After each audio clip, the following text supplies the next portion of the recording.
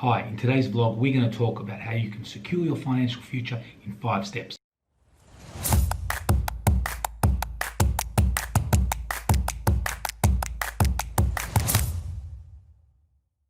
It's Rafi Plagan from Manly Financial Services here.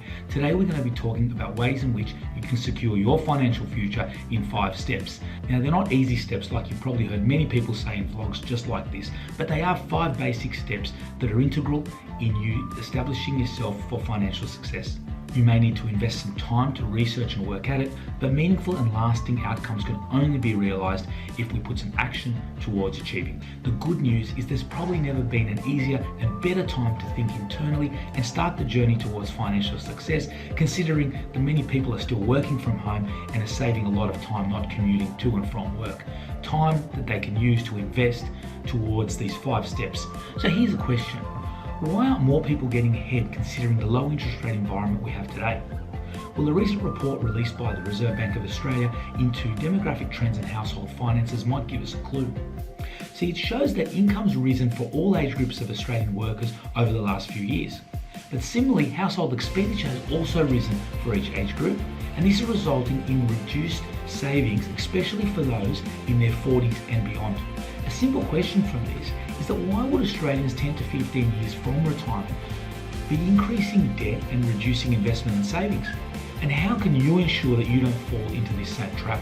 In a previous vlog, we talked about the basis of financial planning, where we have our income, we pay our tax and have our expenditure, which leaves our savings. Savings then goes into reducing debt, particularly our mortgage, which we want to reduce over time as non-deductible debt.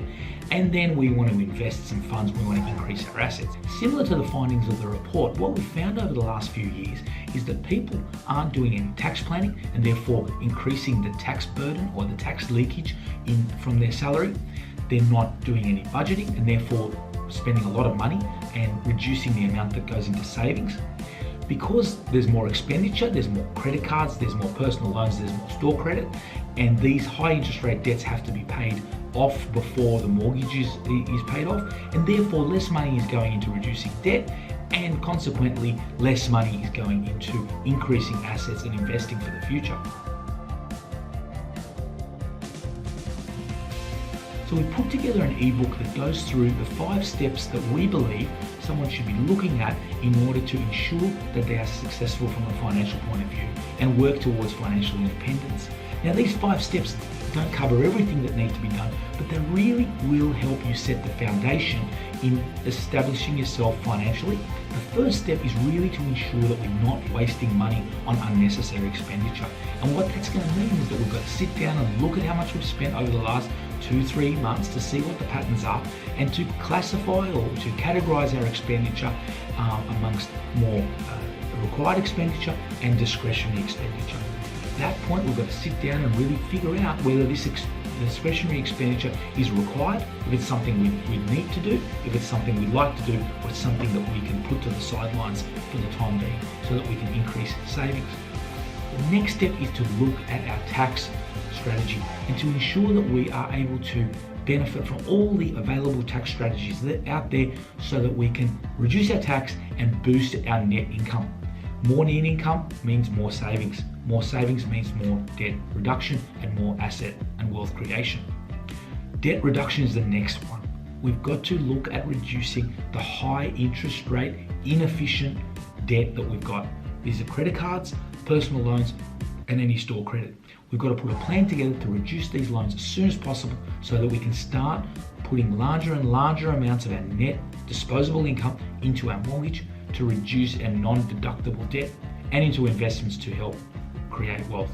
The 4th step is reducing that mortgage, giving us the ability to create our own equity within our property so we can use that for further wealth creation in the future, and also to reduce non-efficient debt. By non-efficient debt, we're talking about non-tax effective debt. And the 5th step is putting a financial protection strategy around what we're doing to build a solid foundation from which we can invest and we can create wealth. Now you'll notice that none of the 5 steps are talking about increasing assets, investing, superannuation, or any of that wealth creation. We want to look at those particular steps once we build that solid foundation of managing our cash flow better, reducing our tax, reducing any short-term, expensive, inefficient debt, knocking down the mortgage, and ensuring that our foundation is solid and protected. If you'd like some more information on any of this, please contact us on our website, manlyfs.com.au, to get a copy of our free 5-step to financial success ebook. And please connect if you've got any further queries or questions in relation to this video or any of those particular strategies. Hope this video was of use and can be of benefit.